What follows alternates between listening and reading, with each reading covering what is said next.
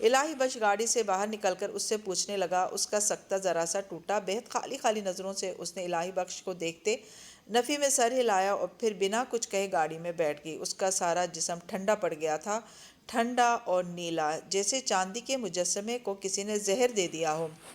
وہ کب گھر پہنچے، کیسے نیچے اتری، اسے ہوش نہیں تھا۔ بہت چھوٹے قدم اٹھاتے ہوئے اندرونی دروازہ کھول کر اس نے لاؤنج میں قدم رکھا ہی تھا کہ سامنے کوئی کھڑا نظر آیا۔ بلو جینز، سیاہ ٹی شرٹ، سنہری سفید رنگت، بڑی بڑی آنکھیں۔ وہ ہنستے ہوئے کسی سے بات کر رہا تھا۔ آہٹ پہ پلٹ کر حیا کو دیکھا جو میکانکی انداز میں نقاب ناک سے اتار کر تھوڑی تکلا رہی تھی۔ یہ ہمارے گھر میں جامعہ حفصہ کہاں سے آ گیا؟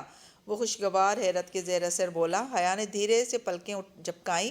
اس کی آنکھوں نے اس شخص کا چہرہ اپنے اندر مقید کیا، پھر بصارت نے یہ پیغام دماغ کو پہنچایا۔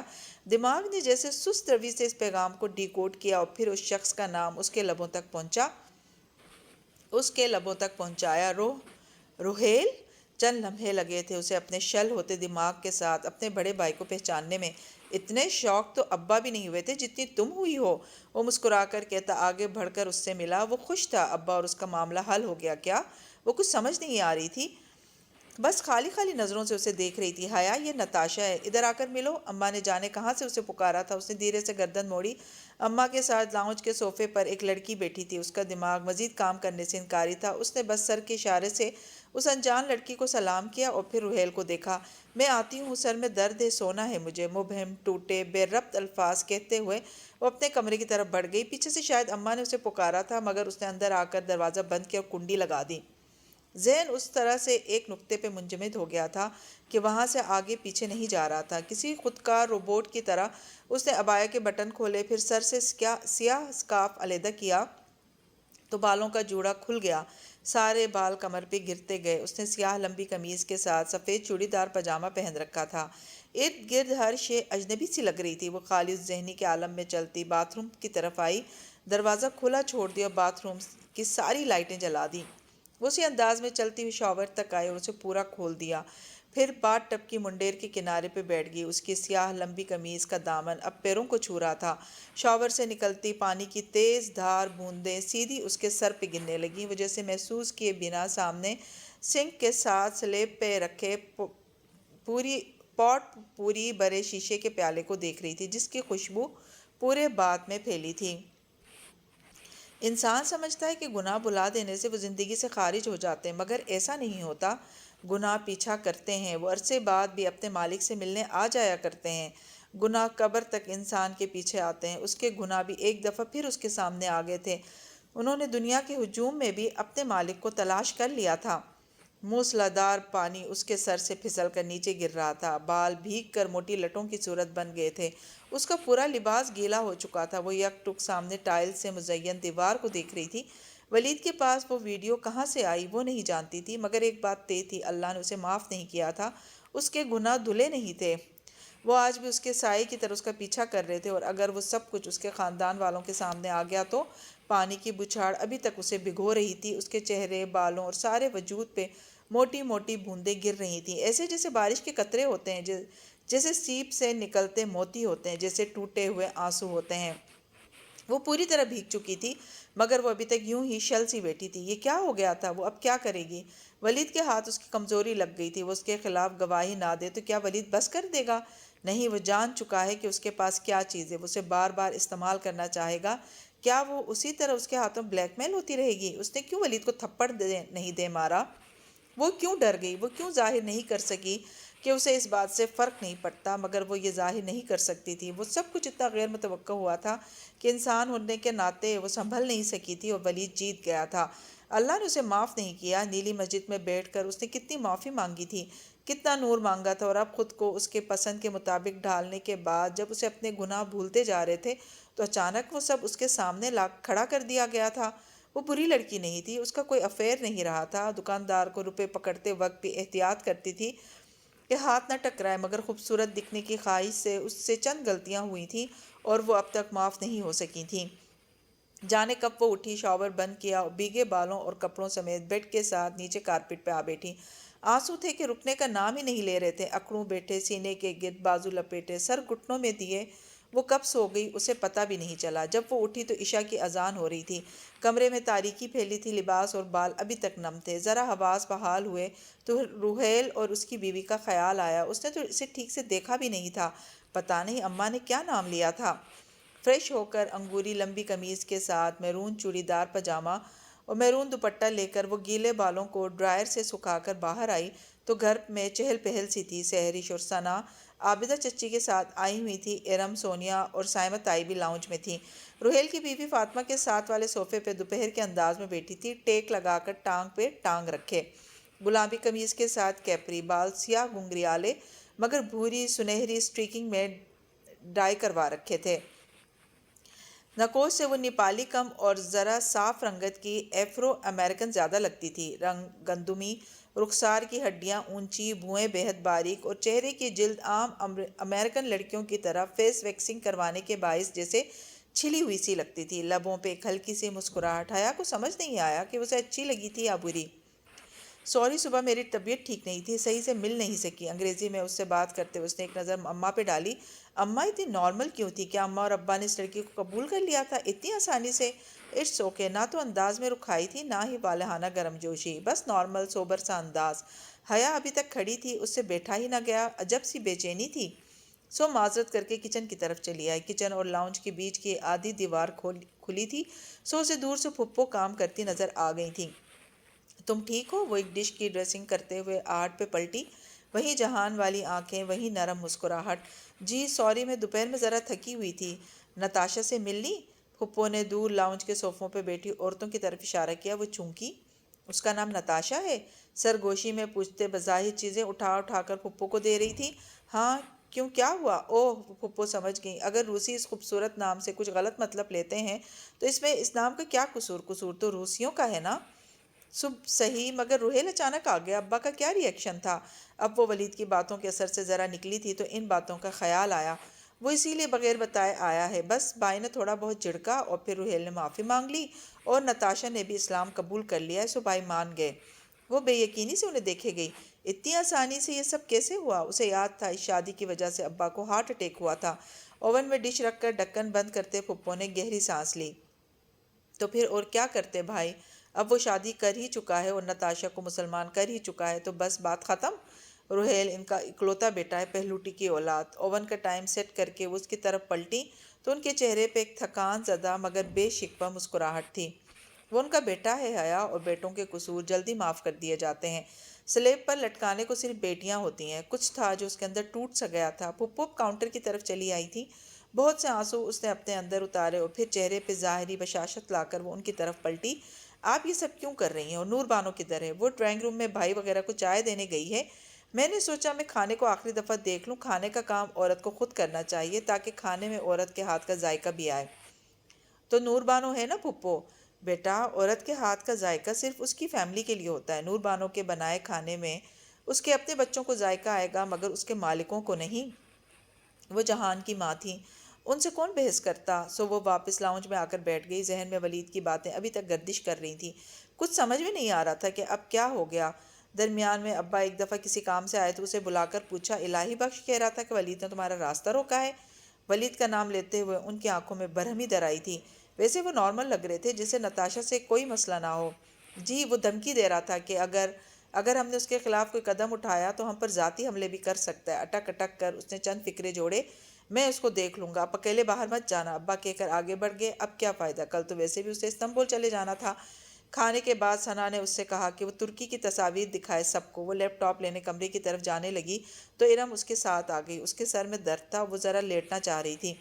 تم نے دیکھا عبدہ چچی اور سحرش کیسے سارا وقت پھپھو کے آگے پیچھے پھر رہی تھی؟ ارم بیڈ پہ تکیہ درست کر کے لیٹتی بولی تھی۔ واقعی سحرش سارا وقت سے پھپھو سے بات چیت کرتی رہی تھی، جیسے مجھے ان کی پرواہ ہے۔ وہ لیپ ٹاپ اٹھائے باہر آ گئی۔ جب وہ لیپ ٹاپ میز پہ رکھے اپنے ساتھ بیٹھی ثنا کو ایک ایک کر کے تصاویر دکھا رہی تھی تو نتاشا ثنا کی دوسری جانب سنگل صوفے پہ بیٹھی تھی۔ وہ زیادہ وقت خاموش ہی رہی تھی، بس کبھی کسی بات کا جواب دے دیتی، کبھی مسکرا دیتی اور کبھی امریکیوں کے مخصوص انداز میں نخرے سے شانے اچکا دیتی۔ 1 منٹ پیچھے کرنا، وہ بیوق ادا کی اپنی اور ڈی جے کی تصاویر آگے کرتی جا رہی تھی۔ جب اس نے نتاشا کو سیدھا ہوتے دیکھا، وہ بے اختیار رکی، مڑ کر نتاشا کو دیکھا اور تصویر پیچھے کی۔ وہ ڈی جے تھی، ادا کے بازار کا منظر۔ عقب میں جہان کھڑا بگھی بان سے بات کر رہا تھا۔ وہ بگھی کی سواری سے چند منٹ قبل کا فوٹو تھا۔ وہ تصویریں نہیں بنواتا تھا، مگر اتفاق سے اس تصویر میں نظر آ ہی گیا تھا۔ یہ جہان ہے نا؟ نتاشا جیسے خوشگوار حیرت سے بولی۔ لاؤنج میں موجود تمام خواتین رک کر اسے دیکھنے لگیں۔ وہ ذرا آگے ہو کر بیٹھی، مسکراتے ہوئے اسکرین کو دیکھ رہی تھی۔ تم کیسے جانتی ہو؟ فاطمہ نے اچنبے سے اسے دیکھا۔ یہ ہمارے پاس آیا تھا ایک دفعہ، نائٹ سٹے کیا تھا ہماری طرف۔ بہت سویٹ ہے نا؟ اس نے تائیدی انداز میں حیا کو دیکھا۔ حیا نے ایک نظر سب پہ ڈالی اور پھر اس بات میں سر ہلا دیا۔ وہ کتنا سویٹ ہے مجھ سے بڑھ کر کون جانتا ہے؟ ہاں، اس نے بتایا تھا۔ مجھے خوشی ہے کہ تمہیں یاد رہا۔ پھپھو مسکرائی تھی۔ روحیل سے وہ ان ٹچ تھیں مگر نتاشا سے نہیں، سو انہیں اچھا لگا تھا۔ آف کورس آنٹی، اس نے بالخصوص بتایا تھا کہ وہ روحیل کی بہن کا شوہر ہے، سو میں کیسے بھول سکتی تھی؟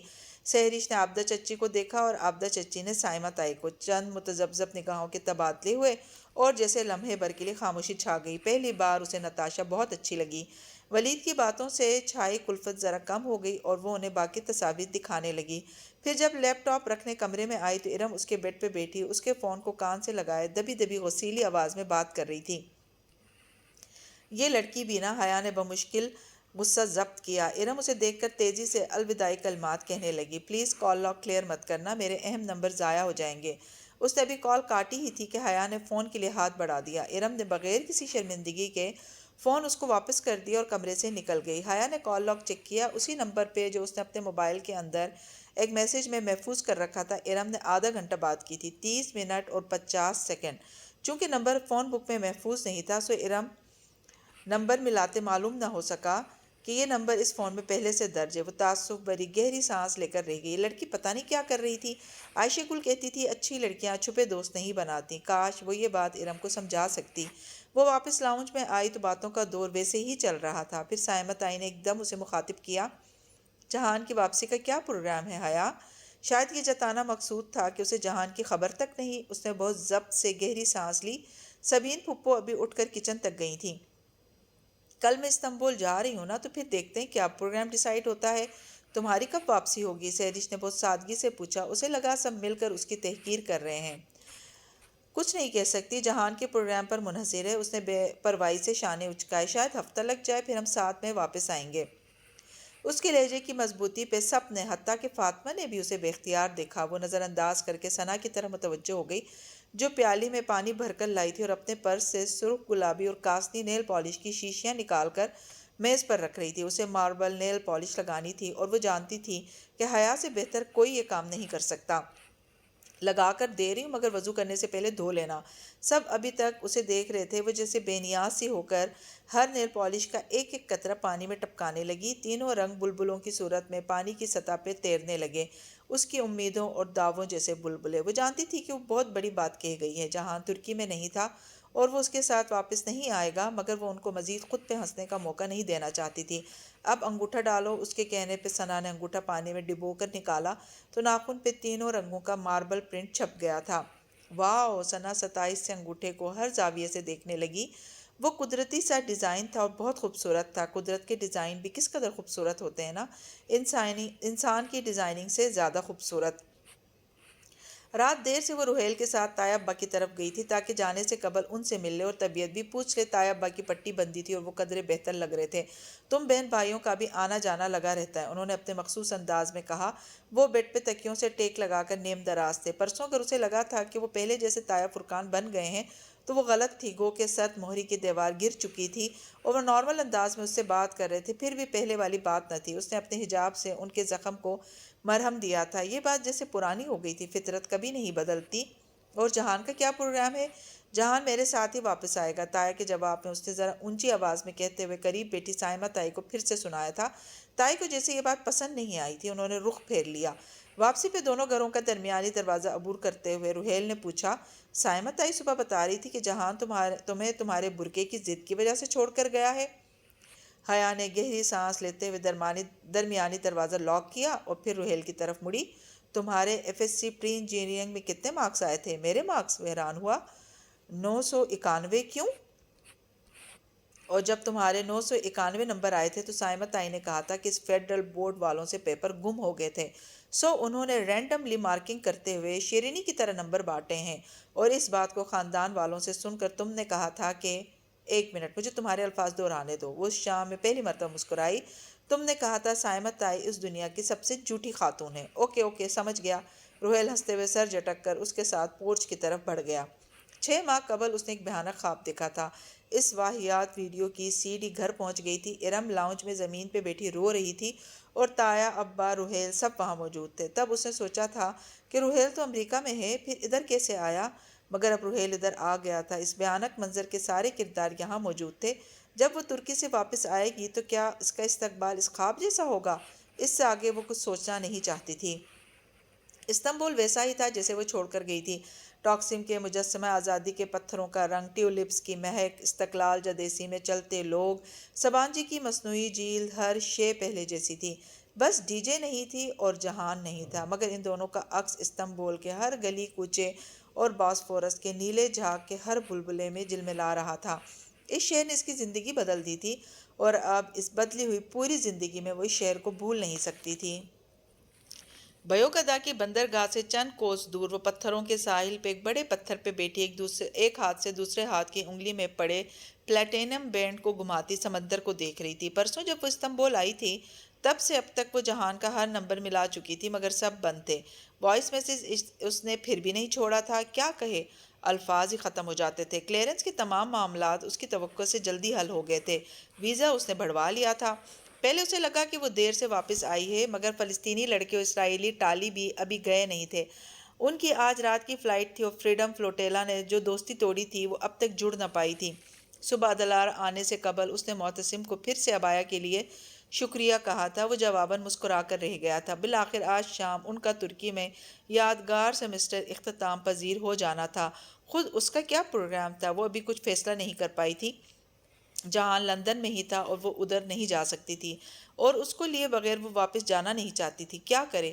ایک لہر تیرتی ہوئی اس کے قریب آئی اور پھر واپس پلٹ گئی۔ وہ اپنے خیالوں سے چونکی، لہر اس کے قریب ایک چھوٹا سا سیپ ڈال گئی تھی۔ اس نے سیپ چننے عرصہ ہوا ترک کر دیے تھے، خالی سیپ کھولنے سے بڑی مایوسی، کیا ہوگی بھلا؟ مگر نہ جانے کیوں وہ اٹھی اور ذرا آگے جا کر جھکتے ہوئے وہ سیپ اٹھا لیا۔ دائیں پیر پہ زور پڑنے سے اب بھی تکلیف ہوئی تھی۔ سیپ لے کر وہ واپس بڑے پتھر پہ آ بیٹھی اور دونوں ہاتھوں میں اسے الٹ پلٹ کر دیکھا۔ سفید سرمئی سیپ جس پہ بھوری گلابی رگیں سی بنی تھیں۔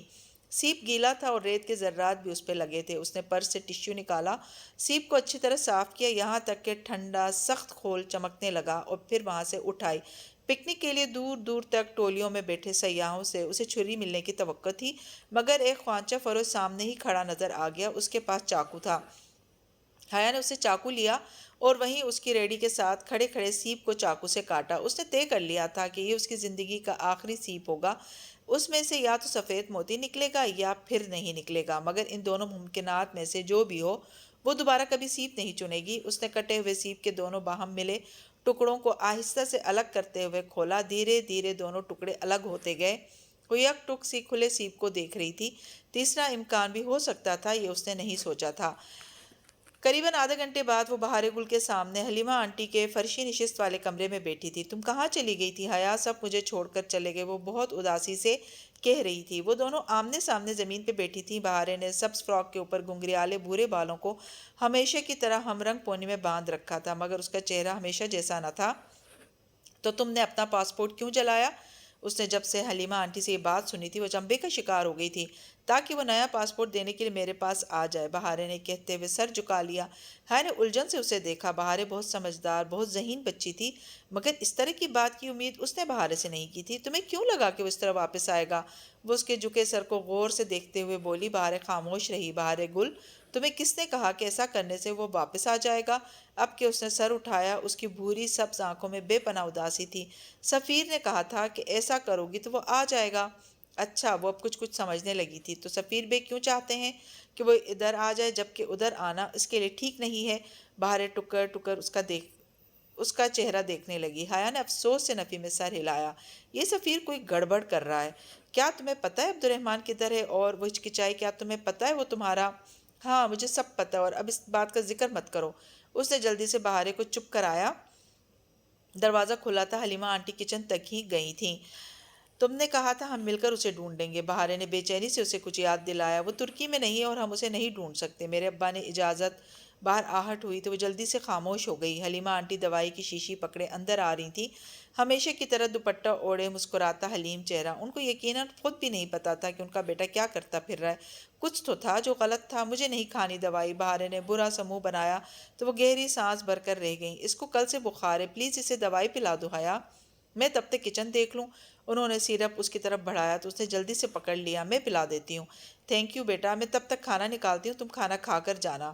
مسکرا کر کہتی وہ باہر نکل گئی۔ حیا نے گردن ذرا سی اونچی کر کے دروازے کو دیکھا۔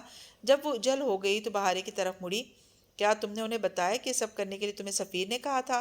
ساتھ ہی اس نے چمچ میں بوتل سے جامنی سیرپ بھرا۔ بہارے نے نفی میں سر ہلاتے ہوئے منہ کھولا۔ اس نے چمچ اس کے منہ میں رکھا۔ اللہ اللہ، میرا منہ کڑوا ہو گیا۔ سیرپ پینے کے بعد وہ منہ کے زاویے بگاڑے شکایت کرنے لگی تھی۔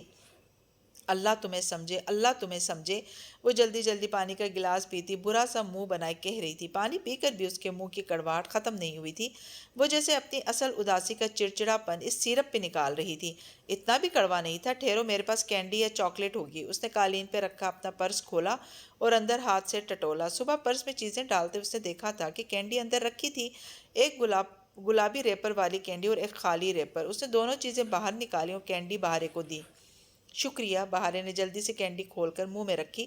حیا نے خالی ریپر کو الٹ پلٹ کر دیکھا۔ اسے اس ریپر کے ساتھ ڈاکٹر ابراہیم کی باتیں بھی یاد آئی تھیں، احزاب کی پہیلی۔ بہارے، تمہیں یاد ہے عائشہ نے کہا تھا کہ حجاب لینا احزاب کی جنگ جیسا ہے؟ ساری کڑواہٹ بلائے کینڈی چوستی بہارے نے اس بات میں سر ہلایا۔ پتہ ہے مجھے، کسی نے کہا ہے کہ اس میں کچھ مسنگ ہے۔ کیا عائشہ کچھ بتانا بھول گئی تھی؟ بہارے کے ہلتے لب رکے آنکھوں میں خوشگوار سی حیرت ابھری۔ ہاں مجھے پتہ ہے، عائشہ نے آخر میں بتایا ہی نہیں تھا کہ… وہ کینڈی والے منہ کے ساتھ جوش سے بولتی بولتی ایک دم رکی۔ اس کی آنکھوں میں یہ بے یقینی سی اتر آئی تھی۔ تمہیں بگلوں نے بتایا کیا؟ بگلے؟ حیا نے اچنبے سے اسے دیکھا۔ ہاں ہاں۔ بہارے جوش سے سیدھی ہو کر بیٹھ گئی۔ جب سمندر کنارے عائشہ یہ سب بتا رہی تھی تو میں نے دل ہی دل میں بگلوں کو یہ بات بتائی تھی۔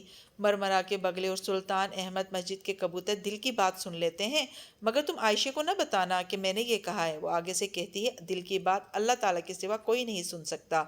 حیا بے اختیار ہنس پڑی۔ وہ ٹھیک کہتی ہے، مجھے یہ بات میرے ٹیچر نے کہی تھی۔ بگلے اور کبوتر کیسے کسی کے دل کی بات سن سکتے ہیں بہارے؟ بہارے کو اس کا یوں کہنا جیسے بہت برا لگا۔ کیوں؟ کیوں؟ وہ ماہ سن کے دل کی بات تو سنتے تھے نا، اسی لیے وہ کبوتر بن گئی تھی۔ تو میرے دل کی بات کیوں نہیں سن سکتے؟ ماہ سن کون؟ وہ ذرا چونکی، اسے لگا اس نے یہ بات پہلے بھی کہیں سنی تھی۔ ماہ سن جو کبوتر بن گئی تھی؟ کیا تم نے ماہ سن کا واقعہ نہیں سن رکھا؟ بہارے کو اس کی لالمی نے حیران کیا۔ نہیں، تم سناؤ۔ اوکے۔ بہارے نے کڑچ کڑچ کی آواز کے ساتھ جلدی جلدی کینڈی چبائی اور کسی ماہر داستان گو کی طرح سنانے لگی۔ ایک دفعہ کا ذکر ہے، کپادوکیا میں ایک نواب کی بیٹی رہتی تھی۔ اس کا نام ماہ سن تھا۔ ایک دن ماہ سن نے دیکھا کہ اس کے گھر کے باہر ایک لڑکا کچھ چیزیں بیچ رہا ہے۔ اس کے پاس کڑھائی کیے ہوئے رومال، قالین اور… ایک منٹ، اتنی لمبی کہانی میں نہیں سن سکتی، صرف ہائی لائٹس بتاؤ۔ حیا نے دونوں ہاتھ اٹھا کر بہارے کو روکا۔ وہ جو بہت شوق سے سنا رہی تھی خفا سی ہو گئی۔ بس اسے وہ لڑکا پسند آ گیا، مگر نواب نے ان دونوں کو علیحدہ کر دیا اور ماہ سن کو قلعے میں بند کر دیا۔ وہاں کھڑکی پہ روز کبوتر آ کر بیٹھ جاتے تھے۔ ایک دن انہوں نے ماہ سن کی دل کی بات سن لی، پھر وہ کبوتر بن گئی۔ وہ روز صبح کبوتر بن کر اڑ جاتی اور شام میں واپس آ کر پھر سے لڑکی بن جاتی۔ نواب کو پتہ چل گیا تو اس نے زہریلے دانے رکھ دیے۔ ماہ سن نے وہ کھا لی اور وہ مر گئی، اور پھر اس کا باپ بھی پتہ نہیں کیسے مر گیا۔ آخری بات بہارے نے ہاتھ جلا کر بہت ناراضی کے عالم میں کہی تھی، مگر حیا سن نہیں رہی تھی۔ وہ ہاتھ میں پکڑے ریپر کو دیکھ رہی تھی۔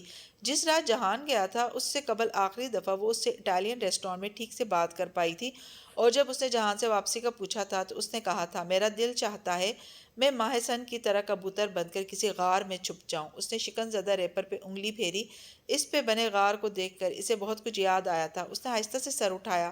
کپادوکیا؟ بہارے الجھ کر اسے دیکھ رہی تھی۔ مجھے کپادوکیا جانا ہے۔ وہ کپادوکیا میں ہے، مجھے اسے ڈھونڈنا ہے۔ اس نے پرس سے موبائل نکالا اور تیزی سے فلائٹ انکوائری ڈائل کرنے لگی۔ کیا وہ کپادوکیا میں ہے؟ کیا تم اب ادھر جاؤ گی؟ بہارے بہت پرجوش ہو گئی تھی۔ حیا ایک دم ٹھہر سی گئی۔ اسے اپنی ایکسائٹمنٹ میں بہارے کے سامنے کپادوکیا کا ذکر نہیں کرنا چاہیے تھا۔ اگر بہارے نے کسی کو بتا دیا تو… اف، اسے تو راز بھی رکھنا نہیں آیا تھا۔ اس نے خود کو کوسا اور فون بند کر دیا۔ کیا میں بھی تمہارے ساتھ کپادوکیا جا سکتی ہوں؟ بتاؤ بہارے۔ نے اس کا گھٹنا ہلا کر پوچھا۔ اس نے ہونٹوں پہ انگلی رکھی کھلے دروازے کی طرف دیکھا۔ وہ اب یو ٹرن نہیں لے سکتی تھی، وہ بہارے کو بتانے کی غلطی کر چکی تھی۔ پلیز مجھے بھی اپنے ساتھ لے چلو، پلیز حیا، بہارے اب دبی آواز میں منت کرنے لگی تھی۔ ایسا کرتے ہوئے اس نے اپنی آنکھوں میں زمانے بھر کی اداسی اور بے بسی سمو لی تھی۔ پلیز میں وعدہ کرتی ہوں میں اچھی لڑکی بن کر رہوں گی، تمہیں تنگ بھی نہیں کروں گی۔ میں تمہیں کیسے لے جا سکتی ہوں؟ حیا نے بے چینی اور تذبذب سے کھلے دروازے کو دیکھا۔ حلیمہ آنٹی کسی بھی وقت آ سکتی تھیں۔ پلیز حیا پلیز، بہارے کی اداس آنکھوں میں آنسو تیرنے لگے۔ اس کا دل پسیجنے لگا۔ کیا بہارے کو ساتھ لے جانا اتنا مشکل تھا؟ اور اگر وہ اسے یہیں چھوڑ گئی اور اس نے سفیر یا کسی اور کے سامنے کپادوکیا کا ذکر کر دیا تو؟ جو بات جہان نے صرف اسے بتائی تھی اس کی ہر جگہ تشہیر ہو، اس سے بہتر تھا وہ اس لڑکی کو اپنے ساتھ لے جائے۔ کیا وہ درست نہج پہ سوچ رہی تھی؟ حیا، بہارے کھانا کھا لو۔ حلیمہ آنٹی کھانے کے لیے آوازیں دینے لگی تو بہارے نے جلدی جلدی گیلی آنکھیں رگڑ ڈالی۔ حیا کچھ کہے بنا اٹھ کھڑی ہوئی۔ کھانے میں پلاؤ کے ساتھ مچھلی بنی تھی، وہ ذرا بے توجہی سے کھاتی بہارے کے بارے میں سوچ رہی تھی۔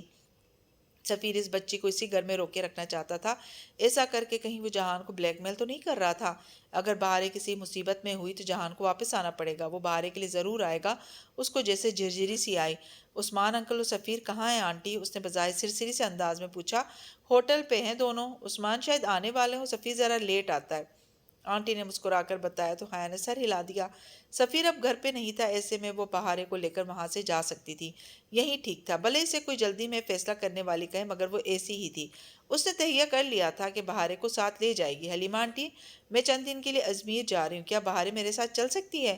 بہارے نے تیزی سے گردن اٹھائی، اس کے چہرے پہ چمک در آئی تھی۔ بہارے؟ پتہ نہیں، عائشہ یا اس کی دادی سے پوچھ لو اگر انہیں کوئی اعتراض نہ ہو تو۔ حلیمہ آنٹی نے جیسے راضی برضا انداز میں شانے اچکائے۔ انہیں لگا تھا بہارے اس بات سے خوش ہے، سو انہوں نے کوئی اعتراض نہیں کیا۔ عائشہ کا نمبر بہارے سے لے کر اس سے اجازت لینا ایک رسمی کارروائی تھی۔ حلیمہ آنٹی نے بتایا تھا کہ بہارے کا پاسپورٹ عبد الرحمن ایک ہفتے تک بھجوا دے گا۔ وہ کدھر تھا وہ بھی نہیں جانتی تھی، سو اس ایک ہفتے تک بہارے اس کے ساتھ اگر رہ لیتی ہے تو کسی کو اس بات سے کوئی مسئلہ نہ تھا۔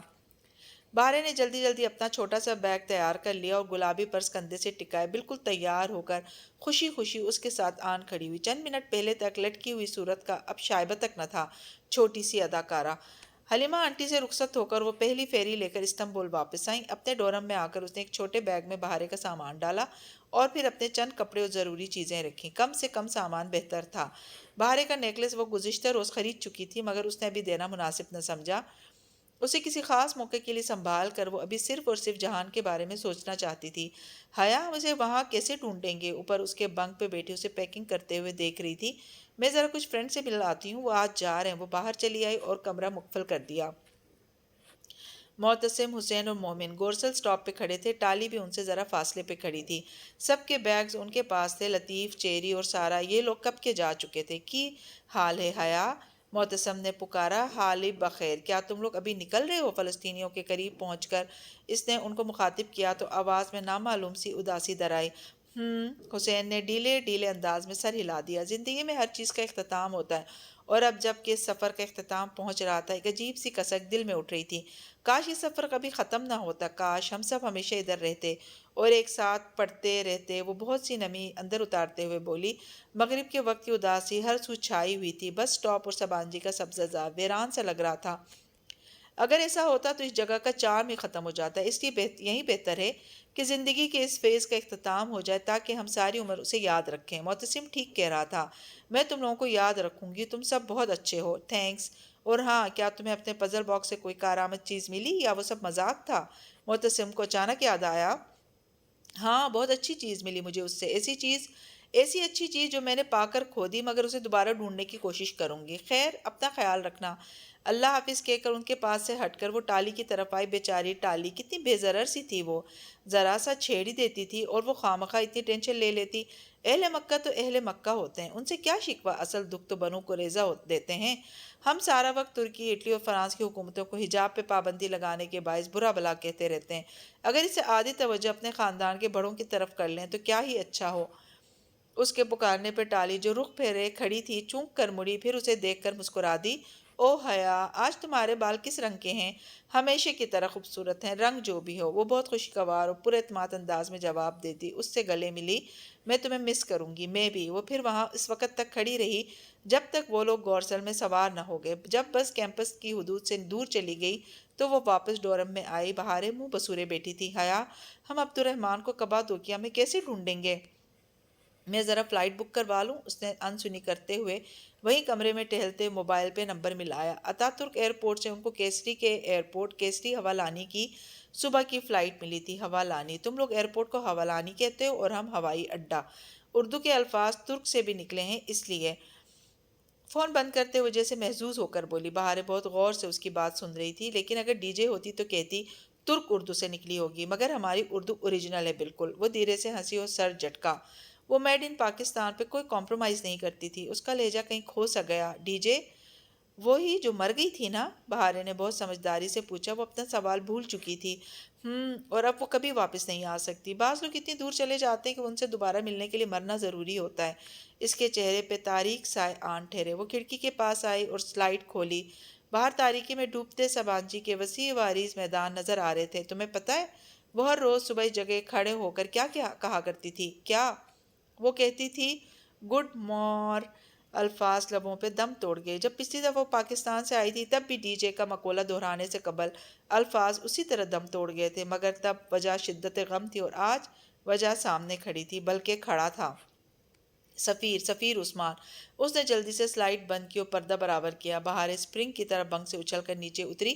یہ یہاں کیوں آیا ہے؟ وہ بے یقینی سے دہراتی پردے کی درز سے دیکھنے لگی۔ بہارے بھی اس کے ساتھ کھڑی ایڑیاں اونچی کر کے کھڑکی سے جھانکنے لگی۔ دور سبزہ زار پہ سفیر کھڑا ایک اسٹوڈنٹ کو روک کر جیسے کچھ پوچھ رہا تھا۔ وہ جواباً نفی میں سر ہلا رہا تھا۔ یہ ہمارے بارے میں پوچھ رہا ہے؟ خطرے کی گھنٹی کہیں بجتی سنائی دے رہی تھی۔ بہارے نے پریشانی سے اسے دیکھا۔ کیا وہ مجھے لے جائے گا؟ نہیں، تم میرے ساتھ رہو گی، میں کچھ کرتی ہوں۔ اس نے موبائل نکالا اور جلدی سے حالے کا نمبر ملایا۔ ہر مشکل وقت پہ حالے ہی اس کے کام آتی تھی۔ سفیر برا نہیں ہے، وہ میرا اور عائشی کا بہت خیال رکھا کرتا تھا۔ وہ بالکل میں ہمارے بھائی جیسا ہے۔ بھائی صرف وہی ہوتا ہے جسے اللہ نے آپ کا بھائی بنایا بہارے، اور جسے اللہ آپ کا بھائی نہ بنائے وہ کبھی بھائی نہیں ہو سکتا۔ بس تم اور عائشہ، تم لوگ بہت سادہ ہو۔ نمبر ملا کر اس نے فون کان سے لگایا۔ حالے لائبریری میں تھی۔ اس کے کہنے کے مطابق وہ فوراً باہر آئی اور سیدھی سفیر کی طرف گئی۔ وہ اسے پہچان گیا تھا۔ ہوٹل گرینڈ پہ وہ اس سے مل چکا تھا۔ سفیر نے اس سے پاکستانی ایکسچینج اسٹوڈنٹ کا پوچھا تو حالے نے بتایا کہ وہ تو دوپہر کی ٹرین سے ازمیر چلی گئی تھی۔ کس اسٹیشن سے؟ یہ حالے نہیں جانتی تھی، لیکن سفیر نے اسے اپنا نمبر دے دیا کہ اگر حیا کے بارے میں کچھ معلوم ہو تو اسے ضرور آگاہ کرے۔ حالے نے اس کی پوری تسلی اور تشویق کروا کر فون نمبر رکھ لیا، اور وہ ایک بچی کا بھی پوچھ رہا تھا جو غالباً یہی ہے۔ ڈونٹ ٹیل می حیا کہ تم نے اسے اغوا کیا ہے۔ سفیر کی جانے کی تسلی کر لینے کے بعد اب حالین کے ڈورم میں بیٹھی خوش ہوتے اپنی کارگزاری بتا رہی تھی۔ میں اناتولیا کی بہارے گل ہوں، مجھے کوئی اغوا نہیں کر سکتا۔ بہارے باقاعدہ برا مان گئی۔ پھر حالے، کل تمہارا خوش قسمت دن ہوگا یا بد قسمت دن؟ اس نے بہارے کو مکمل طور پر نظر انداز کر کے اپنی پیکنگ سمیٹتے ہوئے پوچھا۔ صبح وہ گورسل کے بجائے حالے کی کار میں ایئرپورٹ پہ جانا چاہتی تھی۔ کوئی خبر نہیں کہ سفیر صبح پھر واپس آ جائے۔ خوش قسمت دن، حالے نے ہمیشہ کی طرح پرخلوص انداز میں بتایا۔ ترک اور ان کی مہمان نوازی۔ وہ واپس جا کر ان سب کو بہت مس کرے گی، وہ جانتی تھی۔ صبح منہ اندھیرے حالے انہیں لینے آ گئی۔ اس نے احتیاطاً حالے کو بتایا تھا کہ وہ انقرہ جا رہے ہیں اور یہ کہ وہ لڑکا بہارے کا ہمسایہ ہے اور اسے ان سے کچھ تحفظات ہیں۔ جب حالے چلی گئی تو اس نے کپادوکیا کے لیے 2 ٹکٹس خرید لیے۔ حیا، بہارے نے اس کے ساتھ چلتے اس کے عبائے کے آستین ذرا کھینچ کر اسے متوجہ کرنا چاہا۔ ہم اسے کپادوکیا میں کیسے ڈھونڈیں گے؟ صبح سے وہ کوئی تیسری مرتبہ یہ سوال دہرا رہی تھی۔ تیز چلو بہارے، ہمیں جلدی پہنچنا ہے۔ حیا، ٹیل می ناؤ۔ بہارے کا صبر کا پیمانہ لبریز ہو گیا تھا۔ وہ ایک دم زور سے چیخی۔ حیا نے پلٹ کر اسے دیکھا۔ وہ بہت غصے اور خفگی سے اسے دیکھ رہی تھی۔ اطراف میں لوگ بھی مڑ مڑ کر دیکھنے لگے۔ سوری، وہ ہاتھ اٹھا کر ٹھٹک کر دیکھتے لوگوں سے معذرت کرتی واپس بہارے کے پاس آئی۔ اس کے سامنے پنجوں کے بل بیٹھی اور گہرا سانس لے کر اسے دیکھا۔ تم نے کبھی سمندر سے مچھلیاں پکڑی ہیں؟ بہارے کی آنکھوں میں الجھن دھر آئی، مگر اس نے اس بات میں سر ہلا دیا۔ جب اتنے بڑے سمندر سے مچھلی پکڑنی ہو تو کیا کرتے ہیں بہارے؟ فش راڈ کی کنڈی پہ چھوٹی مچھلی لگاتے ہیں اور راڈ پانی میں ڈال کر کنارے پہ بیٹھ کر انتظار کرتے ہیں۔ بڑی مچھلی خود بخود تیر کر ہمارے پاس آ جاتی ہے نا؟ ہم کپادوکیا پہ مچھلیاں پکڑنے جا رہے ہیں حیا؟ بہارے کو بے پناہ حیرت ہوئی۔ نہیں میری بہن، اس نے گہری سانس لی، کیسے سمجھائے؟ وہیں بیٹھے بیٹھے پرس کھول کر اس نے وہ ڈبی نکالی جسے وہ سبانجی کے ڈورم میں رکھ کر بھول گئی تھی۔ اس ڈبی میں ایک ٹریسر ہے جو عبد الرحمن کا ہے۔ اس ٹریسر کا ریسیور اس کے پاس ہوتا ہے۔ ہوتا یہ کہ جب میں اس کے قریب ہوتی ہوں چند میل کے فاصلے پہ، تو اس کو اپنے ریسیور پہ پیغام مل جاتا ہے کہ میں اس شہر میں ہوں۔ کیا ہمیں بھی پتہ چل جائے گا کہ وہ کدھر ہے؟ نہیں بہارے، ہمیں اس کو نہیں ڈھونڈنا ہے، اسے ہمیں ڈھونڈنا ہے۔ جیسے اسے پتہ چلے گا کہ میں اس کے قریب ہوں، مجھے کال کرے گا اور میں پہلی دفعہ میجر احمد کی کال کا انتظار کروں گی۔ اس نے آخری فکرہ دل میں کہا تھا اور کھڑی ہو گئی۔ بہارے نے نیم فہمی سے اسبات میں سر ہلاتے اس کا ہاتھ پھر سے پکڑ لیا۔ وہ شاید ٹھیک سے سمجھ نہیں پائی تھی۔ آج سے لاکھوں برس قبل اناتولیہ کے پہاڑوں بشمول حسن داغ اور ارجیس داغ ترک میں پہاڑ کو کہتے ہیں کا لاوا پھٹا تھا اور یوں سیال مادہ ان پہاڑوں کی چوٹیوں سے بہتا ارد گرد کے میدانوں میں دور دور تک پھیلتا گیا۔ کئی صدیاں اس لاوے کو سوکھنے میں لگیں اور قریباً 30 لاکھ برس قبل یہ لاوا مکمل طور پر خشک تو ہو گیا، لیکن بارش اور کٹاؤ کے بعد یہ اپنے پیچھے زمین کے چہرے پر ایک عجیب و غریب علاقہ چھوڑ گیا۔ چاند کی سرزمین سے مشابہت رکھنے والے میدان اور وادیاں جہاں حیرت انگیز نقش و نگار بنے رہ گئے، جیسے ہاتھ سے کسی ماہر مصور نے بنائے ہوں۔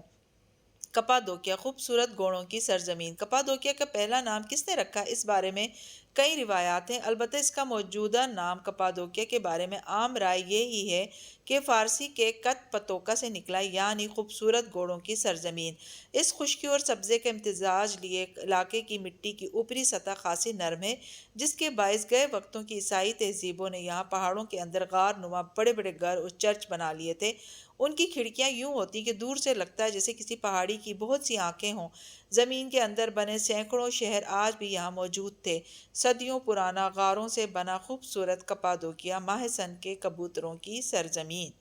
تو بتائیے گا لسنرز، آپ کو آج کی قسط کیسی لگی؟ چینل پر نئے ہیں تو چینل کو سبسکرائب کرنا نہ بھولیں۔ شکریہ۔